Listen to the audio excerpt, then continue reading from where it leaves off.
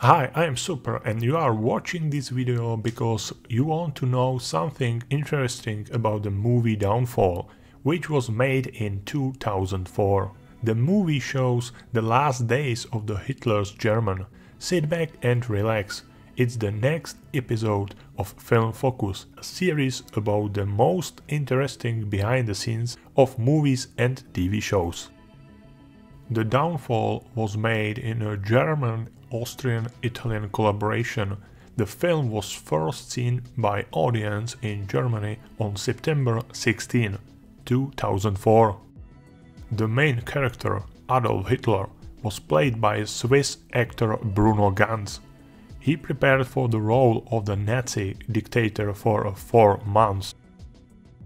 Ganz needed to master Hitler's facial expressions and manner of speaking, but also Parkinson's disease, which was behind his shaky hand, evident in some archive footage at the end of the war. Because of this, his preparation for the role also included observing patients with the disease in a Swiss hospital. The film was unusually criticized. Some viewers criticized Downfall for forgetting the Holocaust.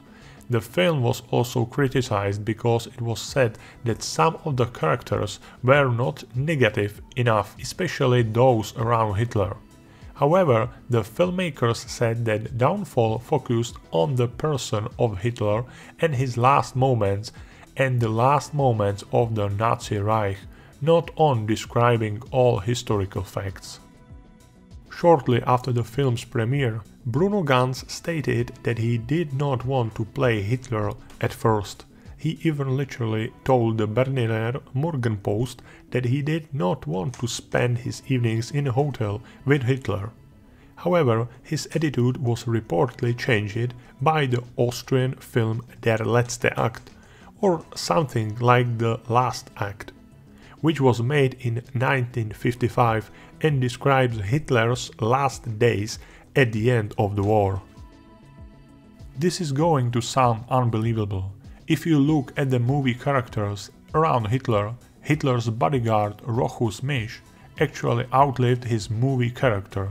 He was played in the film by Heinrich Schmieder, who died young at 40 in 2010, while Hitler's real bodyguard lived to be 96 and died 3 years later. If we were to follow in the footsteps of all the people in the film who were based on real characters, it would be Rochus Misch, who was the last one alive at the time of the film's premiere in 2006. However, he wasn't the only one alive who was present in Hitler's bunker at the end of the war. These people just weren't in the script.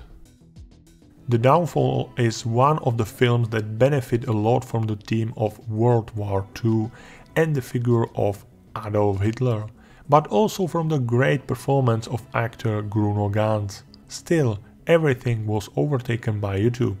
Specifically one scene in which Hitler has a tantrum in which he throws almost everyone out of a war meeting.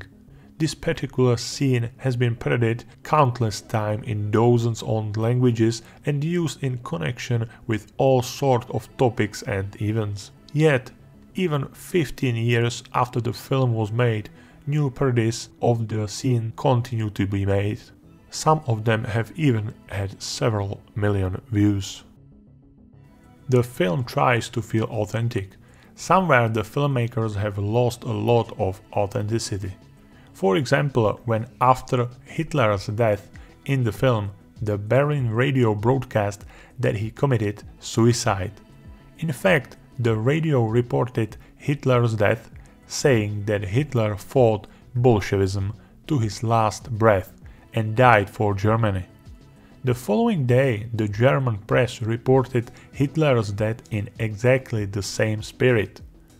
Hitler's death is shown in a similar way in the film. While in the film Hitler was only burned with his wife Eva Braun, in reality Hitler's dog was also burned with them. The filming itself was not easy for the actors. Some of them were really sick while filming. For example, when Corinna Harfouch nearly broke down during the filming of the scene where Magda Goebbels is supposed to poison her 6 children. Bruno Ganz was also unwell when he was supposed to be holding one of Goebbels' daughters in his arms. The scene with the golden party badge that Hitler pins on Magda Goebbels' chest is very interesting. This is a Nazi badge, which was given to members of the Nazi party. Hitler himself wore a badge which he designed, with the serial number 1. The Red Army found the badge in a Berlin bunker and took it away. It was only in the mid-90s that Russia admitted that it had number 1 badge. In 2005, however, the badge was stolen at a Russian exhibition. Officers thought the alarm had been set off by a cat and the thief had escaped. To this day, nothing is known about the badge. Downfall has received a number of awards, including the prestigious German Bambi Award for Best German Film. It was also successful internationally when it was nominated for an American Academy Award in the Best Non-English Language Film category. Actor Bruno Ganz also collected awards for his performance as Hitler. The film contained a number of small details that referred to the real-life fates of tragic figures of the Nazi regime. For example, Martha Goebbels writes a letter to her son from a previous marriage, Harald Quandt. His picture is on the table in front of her. He was her only child who survived the war. She had Quandt with her first husband, the industrialist Gunther Quandt. She married Quandt in 1921. At the end of the war, young Quandt, a member of the Luftwaffe, was captured by the Allies. After the war, he inherited his father's industrial holdings and became one of the wealthiest men in West Germany. It may surprise you, but Downfall, which is supposed to be set in Berlin, was actually filmed in St. Petersburg, Russia. In fact, the filmmakers needed a city that was most architecturally similar to the German capital, but at the same time didn't have a lot of advertisements on the streets. The film contains a whole series of Hitler's own words, spoken by the dictator himself. These were the exact words from the diaries of 2 people.